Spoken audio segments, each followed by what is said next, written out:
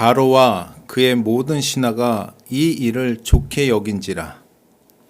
바로가 그의 신하들에게 이르되 이와 같이 하나님의 영에 감동된 사람을 우리가 어찌 찾을 수 있으리요 하고, 요셉에게 이르되 하나님이 이 모든 것을 내게 보이셨으니 너와 같이 명철하고 지혜 있는 자가 없도다. 너는 내 집을 다스리라. 내 백성이 다 내 명령에 복종하리니 내가 너보다 높은 것은 내 왕자뿐이니라. 바로가 또 요셉에게 이르되 내가 너를 애굽 온 땅의 총리가 되게 하노라 하고, 자기의 인장 반지를 빼어 요셉의 손에 끼우고 그에게 세마포 옷을 입히고 금 사슬을 목에 걸고 자기에게 있는 버금 수레에 그를 태우매 무리가 그의 앞에서 소리 지르기를 엎드리라 하더라. 바로가 그에게 애굽 전국을 총리로 다스리게 하였더라. 바로가 요셉에게 이르되 나는 바로라.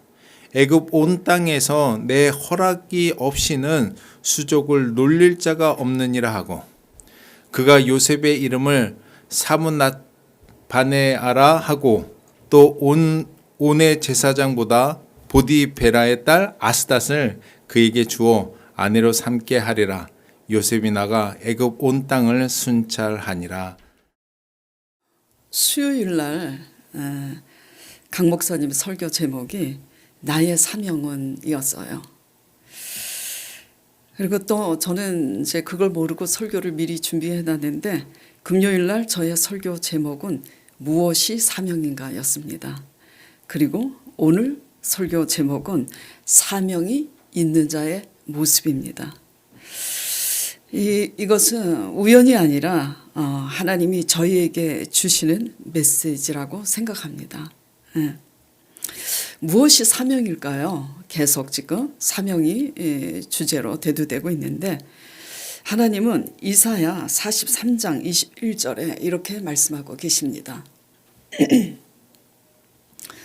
이 백성은 내가 나를 위하여 지었나니 나를 찬송하게 하려 함이니라고.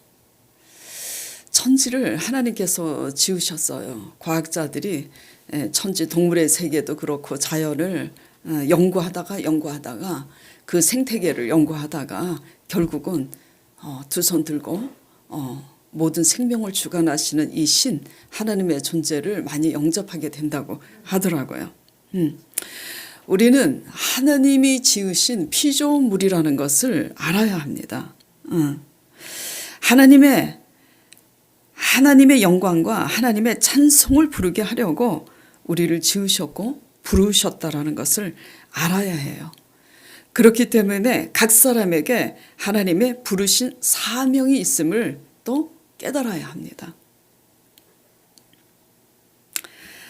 사명을 제가 국어사전에 사명은 어떻게 표현이 되어 있나 찾아보니까 맡겨진 임무라고 하더라고요.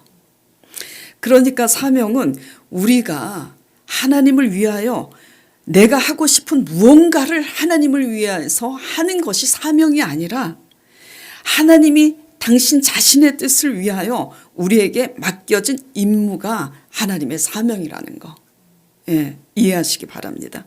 그 임무를, 맡겨진 임무를 순종하는 것이 사명이에요. 중요하니까 다시 말씀드릴게요. 우리가 하나님을 위해서 뭔가를 하는 것을 사명으로 알고 있잖아요. 그 이전에 하나님이 원하시는 뜻대로 하나님이 우리에게 맡겨진 임무를 깨닫고 말씀의 계시를 통해서 깨닫고 하나님께 순종하는 것이 사명이라는 거, 그걸 인식하시길 바랍니다. 오래전에 누가 제게 상담을 하는데요.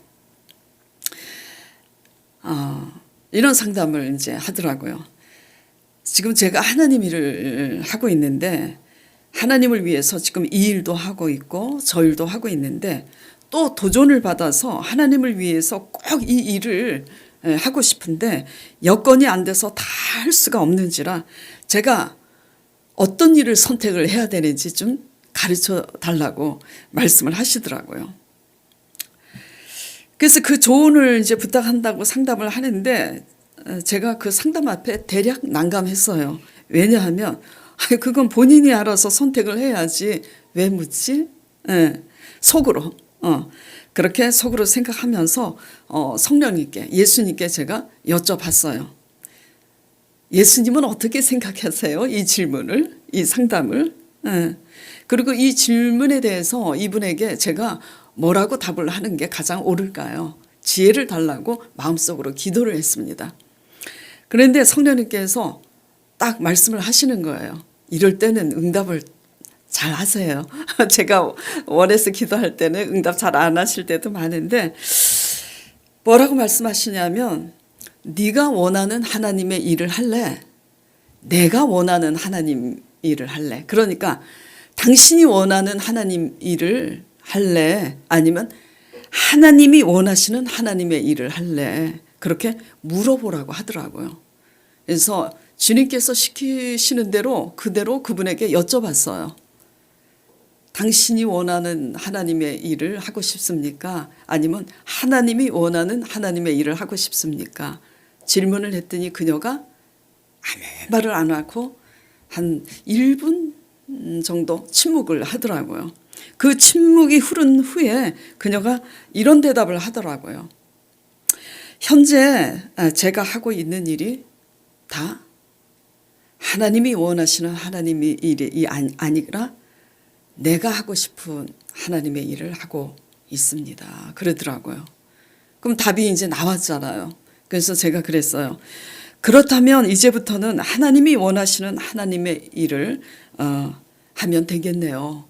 라고 이제 조언을 했습니다만 저도 그렇고 여러분도 그렇고 이건 쉬운 일이 아닙니다. 왜냐하면 우리가 원하는 하나님의 일을 하고 싶잖아요. 대부분 하나님이 원하시는 하나님의 일은요, 우리가 하기 싫어하는 것들입니다. 예, 그래서 결코 쉽지는 않죠. 그래서 선택과 결단이 필요합니다. 그러나 너무 또 부담 안 가져도 되는 것은 각 사람에게 하나님은 감당할 만한 시험밖에는 허락지 않으세요. 자, 무엇이 사명인가? 하나님이 원하는 하나님의 일을 하는 것이 사명인 줄 믿으시기 바랍니다. 예. 아니, 우리가 어떤 직장에 들어갔을 때 그 사장님이 원하는 일을 해야 되잖아요. 근데 내가 잘났다고 내가 원하는 일을 해봐야 어떻게 돼요? 잘리잖아. 쉽게 말씀드리면 그런 거예요. 그래서 하나님이 원하는 하나님의 일을 하는 것이 사명이라면 이러한 사명이 있는 자의 모습은 어떤 모습으로 삶에서 비춰지는지 나눠보도록 하겠습니다. 그리고 이 사명이 있는 자의 모습을 갖출 때 어떤 일이 일어나느냐. 하나님이 그러한 사명을 갖추는 자에게 하나님이 어떤 일을 하시는가 이것을 나눠보도록 하겠습니다.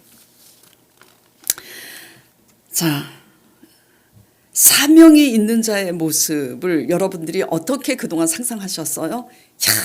막 단기 선교를 가고 막 하나님을 위해서 엄청나게 내가 뭐 무슨 일을 하고 헌금도 많이 드리고 뭐 여러 가지. 물론 헌금도 많이 드리는 사람은 하나님의 감동이 있어야 드릴 수 있어요. 돈이 많다고 많이 드리는 것도 아니고 그렇습니다. 헌금 얘기가 아닙니다 지금. 예. 사명이 있는 자의 모습은요 다른 것이 아니라 하나님의 계획 때문에 하나님이 고난을 당하게 하세요. 사명이 있는 자는 하나님이 먼저 우리를 통해서 하게 하시는 게 뭐라고요? 고난을 당하게 하신다라는 거. 그게 무슨 사명이야? 이제 설명을 들어보면 아실 겁니다. 우리가 생각하는 사명하고는요 달라요. 지난 시간에 무엇이 형통입니까? 나눴잖아요. 우리가 원하는 형통하고 하나님이 원하시는 형통하고는 달라도 너무 다르다고 했어요. 그래서 믿음으로 하나님에 대해서 잘 알지 못하면 형통의 문을 열기도 전에 그 입구에서 딱 실족하게 알맞다고 그런 말씀을 드렸었죠. 사명 있는 자의 모습의 특징은요, 다 같이 뭐죠? 고난을 통과한다라는 거예요. 왜 그렇게 하시는가? 하나님은 좋으신 하나님인데. 고난을 통과해야 내가 원하는 대로 살지 않고 하나님이 원하는 대로 사는 법을 배우기 때문이에요. 그리고 고난을 통과해야 나는 피조물이고 아무것도 아니라는 한낱 보잘것 없는 인간임을, 한계를 가지고 있는 인간임을 깨닫게 됩니다. 그리고 고난을 통과해야 비로소 내 힘으로 다 되는 줄 알았는데 그 고난 속에서 내 힘으로 안 되는 것도 있구나. 그리고 하나님이 일을 하시는구나. 그것을 배우기 때문입니다.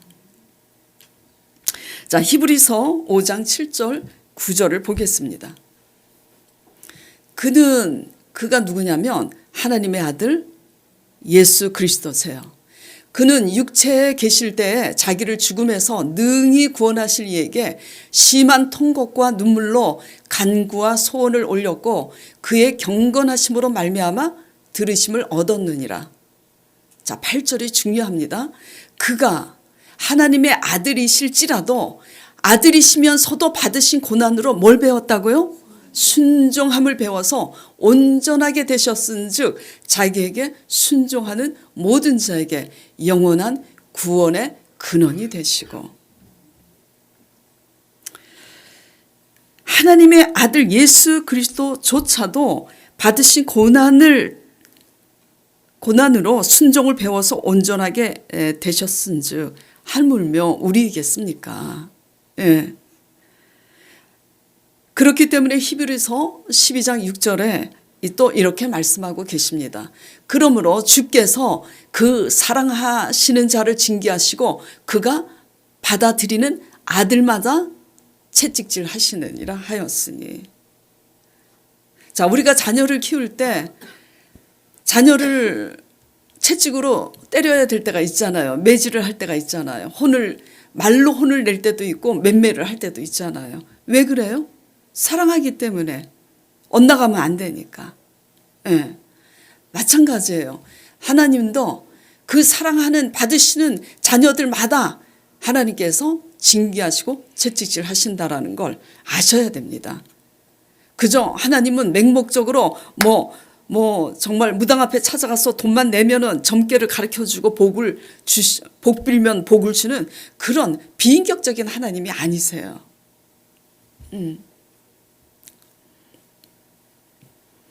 그래서 고난은 우리로 순종을 배워서 온전하게 해 결국은 우리 힘으로 우리 방법대로 살게 하지 아니하고 하나님의 힘으로 하나님의 방법대로 살게 함을 배우게 하시려고 하나님이 그렇게 하신다라는 걸 기억하시기 바랍니다.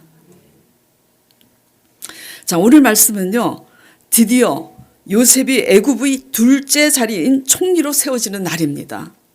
그렇죠? 예.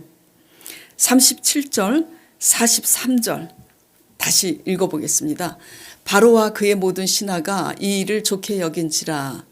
이 일이 뭐냐면은 하나님의 신에 감동되어서 애굽의 마술사와 박사들이 그 애굽의 바로 왕의 그 꿈을 아무도 풀지 못해요. 그 꿈이 그냥 개꿈이 아니라 분명히 하늘에 어떤 의미심장한 심오하고 심각한 꿈이라는 것을 연거푸 껐으니까. 그래서 이 꿈을 푸는 자에게 이제 상을 내리겠다고 다 불렀는데 꿈을 풀지 못하는 거예요, 해석을. 근데 하나님의 신에 감동된 그 옥의 노예 신분으로서 감옥에 갇혀 있는 그 요셉이 그 꿈을 하나님의 신에 감동되어서 풀고 그 꿈만 해석을 할 뿐만 아니라 그 대안을 제시를 하는 겁니다. 이렇게 그럼 하십시오.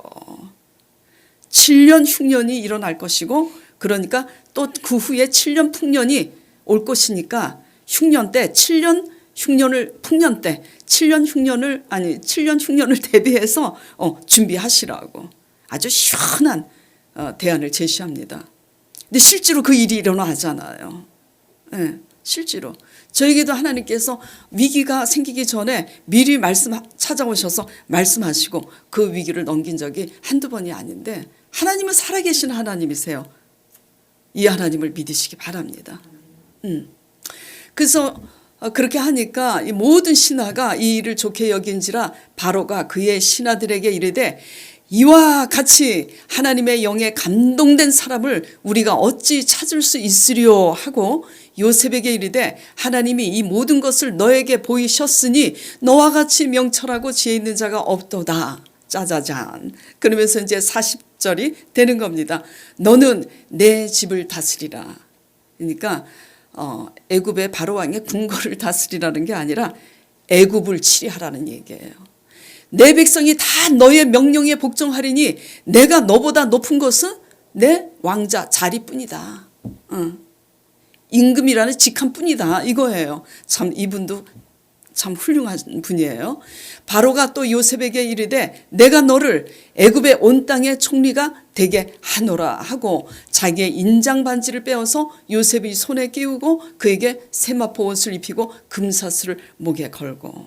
여기까지만 읽도록 하겠습니다. 이게 하루아침에 됐냐고요. 하루아침에 됐죠. 또 세상 방법과 같은 방법으로 됐냐고요. 아니에요.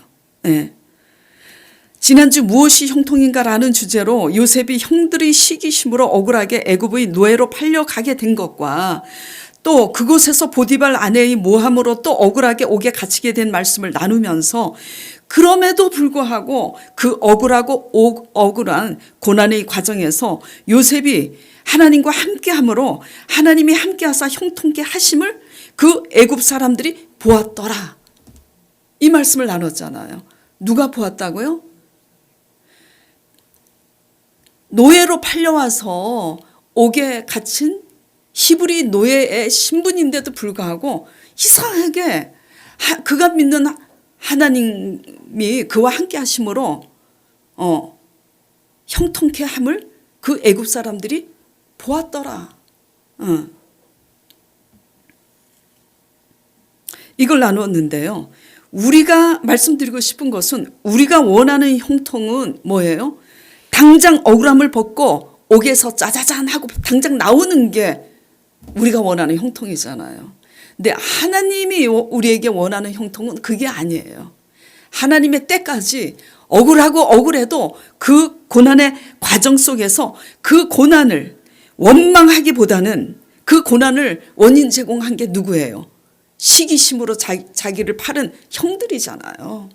그러니까 그 고난의 제공자를 원망하거나 그 고난을 제공한 그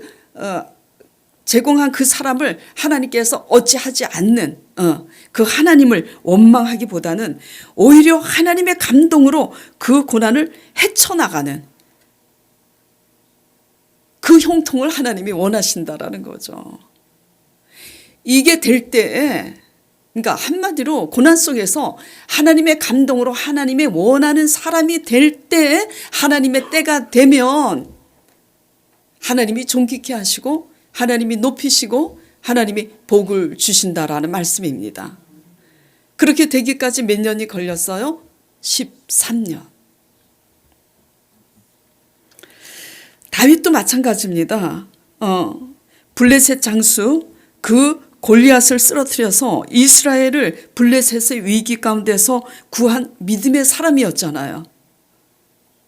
근데 사울 왕의 시기 때문에 또 핍박으로 광야로 도망하게 되었잖아요. 이보다 더 억울한 일이 어디 있어요? 나라를 구했는데. 나라를 구하니까 사울 왕보다 누구를 더 칭송해요? 다윗을. 그러니까 왕이 시기와 질투와 교만 때문에 다윗을 핍박하니 도망할 수밖에 없었습니다. 그래서 광야에 그 외롭고 힘든 이제 사투가 시작되는데 다윗은 그럼에도 불구하고 늘 광야에서 하나님과 함께함으로 형통했다라는 거. 자, 여러분이 원하는 형통, 저가 원하는 형통, 우리가 다윗의 입장이었으면 뭐예요? 당장 광야에서 하나님이 끄집어내서 따뜻한 방에서 편안하게 자는 그런 형통을 꿈꾸잖아요. 근데 하나님이 원하는 형통은 그게 아니라는 거죠. 오히려 그는 광야에서 늘 형통했어요. 어떻게 형통했냐면 사울 왕이 왕이니까 날마다 다윗을 잡아서 죽이고자 수많은 신하들을 풀어서 샅샅이 다윗을 찾는데, 그렇게 많은 신하를 풀어서 다윗을 찾는데도 다윗이 잡히지 않으니 형통이지 뭐예요. 그리고 또 그런 가운데서 사울은 다윗을 못 찾는데 억울하고 원통한 자들이 다윗을 또 찾아와. 이게 기가 막힌 하나님의 섭리 아니겠어요?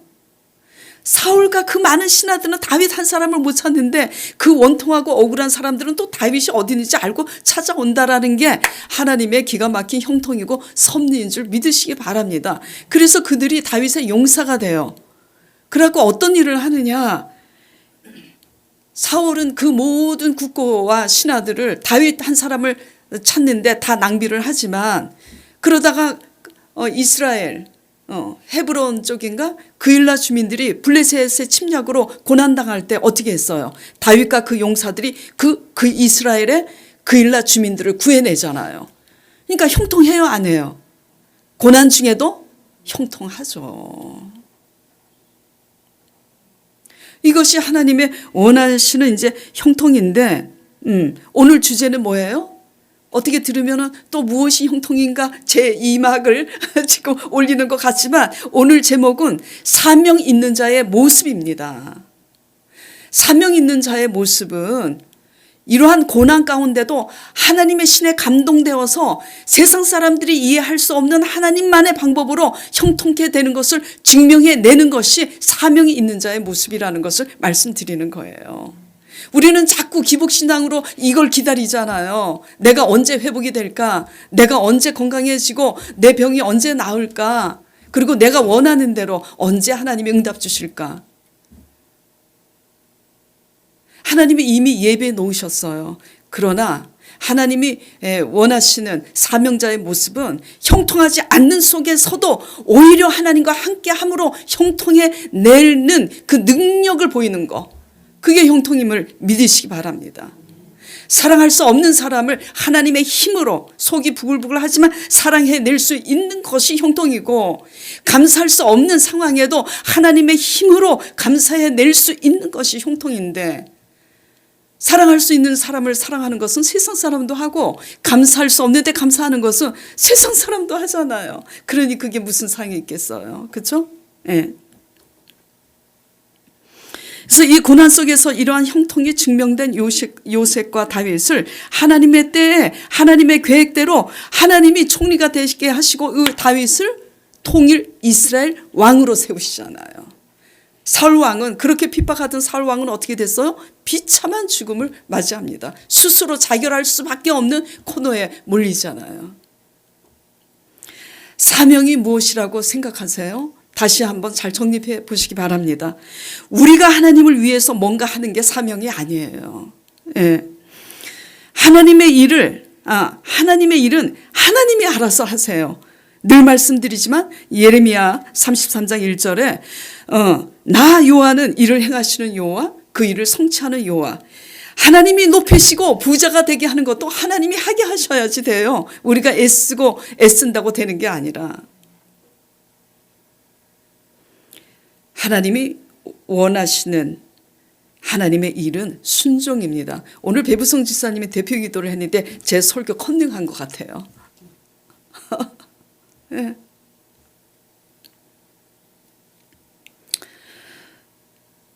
고난 가운데 하나님과 함께 하는 것을 배우는 순종이 곧 사명이라고요. 이것이 사명 있는 자의 모습이라고요.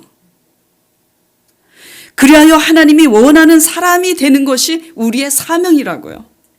그럴 때 하나님의 때에 하나님이 높이시고 하나님이 복을 주셔서 그 높아진 지위와 그 많은 복을 가지고 하나님의 뜻대로 더 많이 하나님의 일을 하게 하시는 거라고요. 그런데 우리가 다 총리가 되겠습니까? 우리가 다 대통령이 되겠습니까? 예? 그릇은 다 달라요.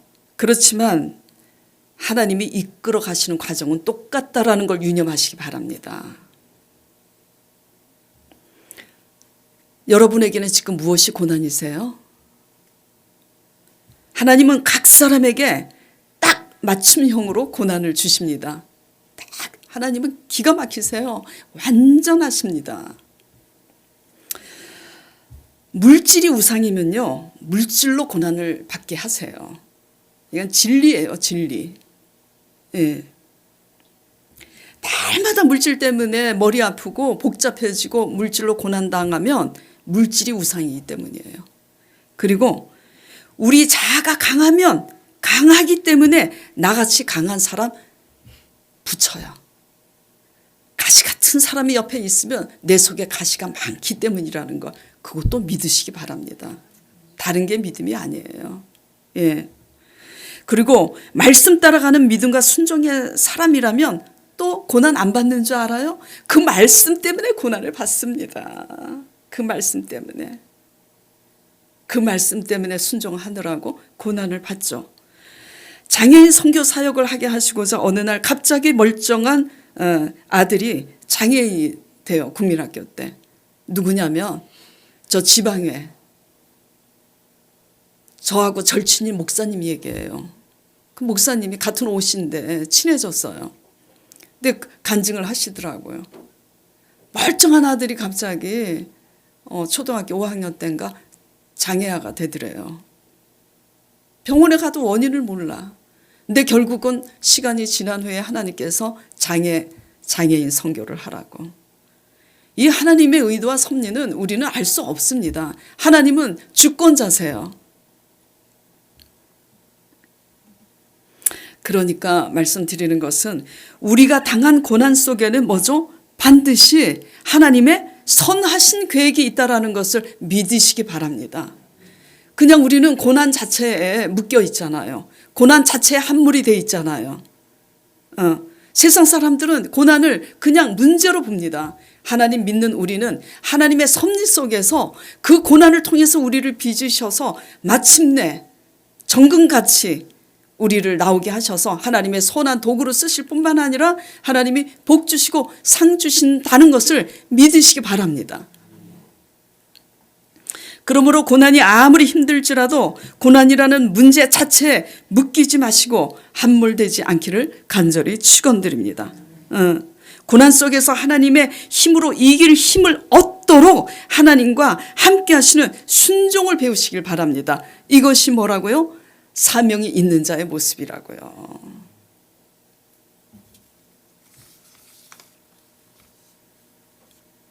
이것이 우리의 사명이요. 이 일을 하게 하시려고 하나님이 우리에게 고난을 허락하신 거라고요.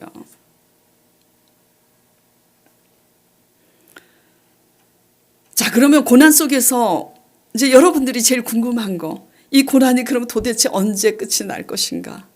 예. 이 일을 해내야 비로소 우리는 하나님의 원하는 일꾼이 될 수 있고 여러분들이 원하는 하나님이 허락하시면 복과 상을 받을 수가 있는 거예요. 이 일을 해놔야. 근데 이 일을 해내는 끝이 어딜까? 궁금하죠? 예. 제가요, 이 끝이 언제인지 이 간증을 듣고 깨닫기를 바랍니다. 제가 한 15년 전쯤인가 오래전에 우리 그 조집사님을 통해서 집사님의 새언니 집을 신방 요청을 받아서 가게 된 적이 있어요. 남편이 의사고요. 잘 사는 가정이었습니다. 그러나 의사 남편 때문에 많이 힘들어 했는데요. 왜냐하면 남편이 늘 바람을 피우기 때문입니다. 한 번 피우는 것도 아니고 여자 문제로. 그러니 그 아내가 얼마나 피가 마르겠어요. 위로와 함께 하나님의 의도와 섭리를 말씀을 통해서 전해드리고 나왔는데요. 그리고 나서 세월이 상당히 지나서 작년인가 6개월 전인가 잘 기억이 안 나는데 믿기 힘든 깜짝 놀랄 만한 소식을 듣게 되었어요. 정말 그분은 되게 아름다웠어요. 이쁘고 날씬하고. 근데 그분이 두 눈을 다 잃어버렸다고 소식을 듣게 됐어요. 소경이 된 거예요. 하루아침에. 남편이 의사니까 얼마나 좋은 병원에 좋은 의사한테 가서 진단을 받았겠어요. 원인을 모르겠다라는 거예요. 왜 이렇게 두 눈을 다 잃게 되었는지. 원래 타고나면서 소경이었으면 안 불편할 텐데 얼마나 불편하겠어요. 그리고 얼마나 절망이었겠어요. 자, 여러분에게 질문해 보겠습니다. 이거 못 알아맞히면 바보지. 자, 두 눈은 누가 멀어야 될까요?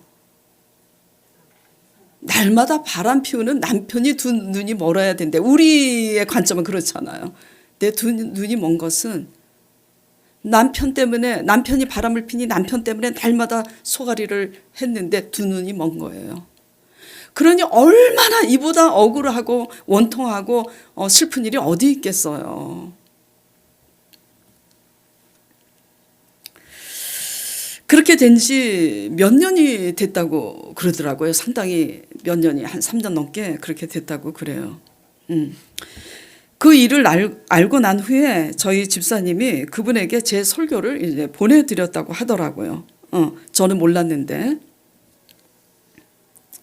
근데 몇 달 전부터 이제 가끔씩, 요새 일이에요. 가끔씩 잘 듣고 있다고, 목사님 설교를 은혜 받고 있다고. 그렇게 소식을 집사님을 통해서 듣게 되었는데, 지지난주에 은혜 받고 너무 감사드린다고 조 집사님을 통해서 듣게 됐어요. 그래서 이제 마음은 아프지만 은혜 받고 감사드린다고 하니까 고난이 유익이라고 그 참담한 그 고난 속에서 얼마나 말씀이 갈급하고 그러면 은혜를 받으실까, 정말 좋은 일이 있었으면 좋겠다 하고 있었는데, 갑자기 마음속에서, 그리고 며칠 후에 지난주 13일이죠. 갑자기 제 마음속에서 제가 안쓰러워하고 그녀를 향해서 마음 아파하는 그 마음 이상으로 감동이 일어나서 그녀에게 집사님을 통해서 긴 문자를 보내드리게 되었습니다. 자, 간단하게 제가 짧게 그냥 읽겠어요. 이제 긴 거를. 조 집사님을 통해서 들었습니다. 설교를 잘 듣고 계시다고, 은혜 받고 계시고 감사드린다고요. 그동안 얼마나 힘드셨어요. 말로 다 할 수 없는 아픔과 슬픔을 우리 마음보다 크신 하나님께서 이미 다 알고 계실 겁니다. 그런데 그렇게 힘든 속에서도 말씀을 통해 은혜 받고 계시니 그저 제가 죄송할 뿐입니다. 네. 감사드립니다. 오히려 제가 어두울수록, 빛이 깜깜할수록 빛은 더 선명해지지요. 그 빛을 따라 가게 하시고자, 그 빛을 보게 하시고자, 그 빛에 집중시키시고자 그렇게 하신 줄 압니다. 분명히 이 모든 끝에는, 그 빛의 끝에는 그분이 계획하신 빛의 세계에서 많은 절망 가운데 있는 그 많은 사람들을 오히려 일으키고 오히려 위로하게 되는 귀한 주님의 제자가 될 줄 믿어 의심치 않습니다. 그분 성함을 제가 물어보고 그분의 이름을 제가 얘기하면서 평안을 빕니다. 그렇게 보냈어요. 그랬더니 집사님을 통해서 이제 이렇게 왔어요. 잘 들으세요. 아가씨, 어젯밤 생각하지도 못했던 목사님 톡을 읽고 마치 오랜 시간 어디선가 저를 지켜보고 계셨던 것 같아서 그냥 그 위로에 무장해제되어서 어린아이처럼 엉엉 울었습니다. 덕분에 오늘 오랜만에 잠을 달게 잤습니다. 저는 이 말에 저도 정말 울었어요. 얼마나 그녀의 고통이 크고 얼마나 번민이 많았으면 그동안 잠을 제대로 못 자고 설치다가 덕분에 오늘 오래간만에 잠을 달게 잤을까. 우리는 얼마나 편하게 잠을 자냐고요. 정말 죄송하더라고요. 그래서 울게 되었는데 그 다음 고백이 더 중요합니다. 한때는 주님을 원망하며 하늘의 삿대질을 하고 싶었던 때가 있었습니다. 그 고통의 시간이 결코 짧지 않았는데 그 고통의 끝은 감사였습니다. 주님이 내게 주시려는 메시지와 나를 통해 하시려는 일들을 생각하게 되었어요. 고통이 감사로 바뀌는 그 순간을 경험하고 있을 때, 고통이 감사로 바뀌는 이 순간을 경험하고 있을 때 아가씨 전화도 받게 되었습니다. 막힐 때마다, 답답할 때마다 이 글을 읽고 힘내려고요. 쓰면서도 또 울컥하네요. 감사합니다. 이렇게 왔어요. 제가 이 간증, 이상하게 제가 이번 주일날 이 설교를 하려고 준비해놨어요. 근데 때에 딱 맞는 이 간증거리가 생겼는데, 제가 말씀드리고 싶은 것은 뭐냐면,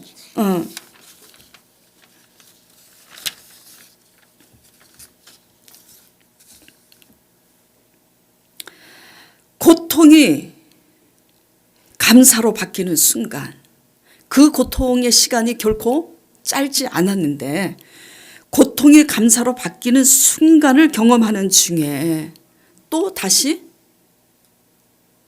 이런 전화도 받게 되었다라는 이 고백, 이것이 고난의 끝인 줄 믿으시기 바랍니다. 예. 고난의 끝은요, 우리가 이 고난이 끝나고 내가 원하는 소원을, 응답을 하나님이 언제 주실까? 그게 아니고요. 그 고난 속에서 우리가 상황은 달라지지 않았는데 그 고난 속에서 하나님의 의도와 섭리를 깨닫고 낮아져서 정말 감사할 수 없는 상황에 감사할 줄 아는 사람으로 바뀌는 그 순간이 새로운 시작임을 믿으시기 바랍니다. 이게 어떻게 가능했죠? 제가 그래서 오늘 물어봤어요. 오늘 15년 전에 신방을 갔으니까 그 사람도 분명히 예수님을 믿었던 사람이라 그분이 어느 교회 다니냐 물어봤어요. 오늘 아침에 이걸 간증을 해야 되니까. 그랬더니 우리 교회 이천수 목사님 교회를 다닌대요. 내가 아주 이천수 목사님 교회 얘기할 때마다 짜증나는 게 뭐냐면, 제가 교회를 개척을 하면 우리 교회라고 지으려고 정해놨거든요, 사실은. 근데 이천수 목사님이 딱 세치게 해가지고 우리 교회라고 해가지고 할 수 없이 우리 소망교회로 했잖아요. 무슨 말씀이죠? 그분이 그 오랜 시간 동안 하나님과 함께 함으로 그 고난의 끝에 비로소 감사할 수 있는 순간이 오게 된 것은, 그동안 이천수 목사님의 말씀을 수없이 듣고 또 우리 집사님이 제 설교를 보내주는 그 설교도 듣고 해서 하나님의 말씀에 붙잡혀서 하나님의 감동에 사로잡혔기 때문에 가능한 줄 믿으시기 바랍니다. 자, 오늘 본문 말씀 37절, 38절 다시 보도록 하겠습니다. 이제 끌 때는 물어보는데 더워서 킬 때는 제 맘입니다. 여기 전용이 있기 때문에. 자, 같이 읽어볼까요? 바로와 그의 모든 신하가 이 일을 좋게 여긴지라. 바로가 그의 신하들에게 이르되 이와 같이 하나님의 영에 감동된 사람을 우리가 어찌 찾을 수 있으려. 예. 하나님은요, 고난 속에 탁 우리를 집어넣으세요. 그래서 그 고난의 어두운 절망의 터널 가운데서 너희가 하나님을 믿으면서도 그 고난 가운데서 어떻게 반응하는지 하나님이 보세요. 그리고 결국은 언제까지 그 고난을 달굼질 하시냐면 감사가 나올 때까지. 네?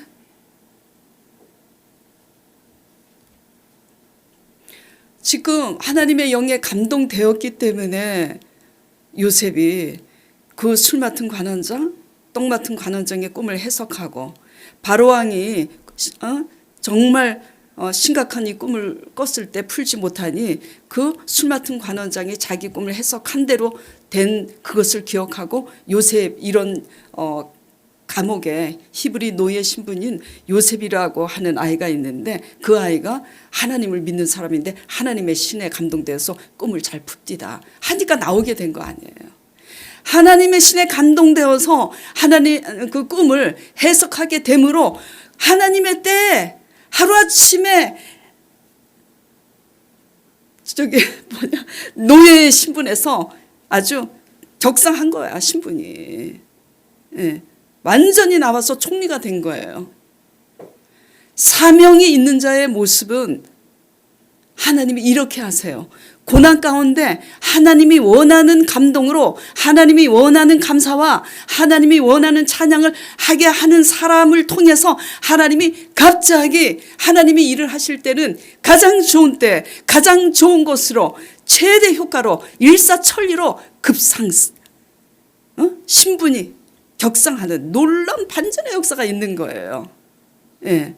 이것이 사명 있는 자의 모습이고 이것이 사명 있는 자의 반전의 역사를 하나님이 쓰게 하시는 그 모습임을 모두 인지하시길 바랍니다. 하나님의 말씀과 성령의 감동으로 여러분들이 당하는 고난으로 그것이 사람이든 물질이든 건강이든 무엇이든지 원망과 고통이 감사로 바뀌는 저와 여러분 되기를 간절히 축원드립니다. 당한 사건 속에서 당한 고난 속에서 하나님의 신의 감동이 될 때에 그런 사람이 될 때에 하나님이 새로운 역사를 쓰게 하신다고요. 하나님이 하게 하신다고요. 총리가 되게 한 것도 요셉이 했어요? 아니에요. 다윗이 통일 이스라엘의 왕이 된 것도 다윗이 했어요? 하나님이 했어요. 단 뭐만 하면 된다고요? 제가 늘 말씀드리죠. 우리는 하나님과 함께하면 돼요. 엄청나게 큰 거 안 해도 된다고 늘 말씀드리잖아요. 예. 그래서 하나님의 사명 있는 자의 모습은 당한 고난과 환난 속에서도 하나님과 함께함으로 하나님의 신에 감동이 되어 오히려 감사하는 모습임을, 이렇게 될 때 하나님이 반전의 역사를 일으키신다라는 거 다시 한번 말씀드립니다. 감동도 하나님이 주시고 새 역사도 하나님이 쓰게 하시는데, 그렇게 하게 하시는데 하게 하시도록 우리는 그분과 함께하면 된다라는 얘기예요. 그러므로 사명 있는 자의 모습이 되려면 고난 가운데 하나님을 의지하고 함께함으로 원망할 수밖에 없는 상황을 하나님의 감동으로 요셉과 같이 다윗과 같이 그리고 오늘 간증한 그분처럼 하나님께 감사로 영화롭게 제사드리는 저와 여러분 되기를 간절히 축원드립니다. 이러한 능력으로 살아계신 구원의 하나님을, 그러니까 뭐냐면 이 고난 가운데 우리가 할 수 없는 고난 가운데 하나님의 영으로 도리어 감사하고 하나님의 영의 감동이 되어서 아무나 풀 수 없는 꿈을 풀게 하는 이 하나님의 살아계심을 나타내는 게 우리의 사명이라고요. 무슨 얘기인지 아시겠죠? 예. 그래서 고난 가운데 살아계신 하나님을 증명해내는 저와 여러분 되기를 간절히 축원드립니다.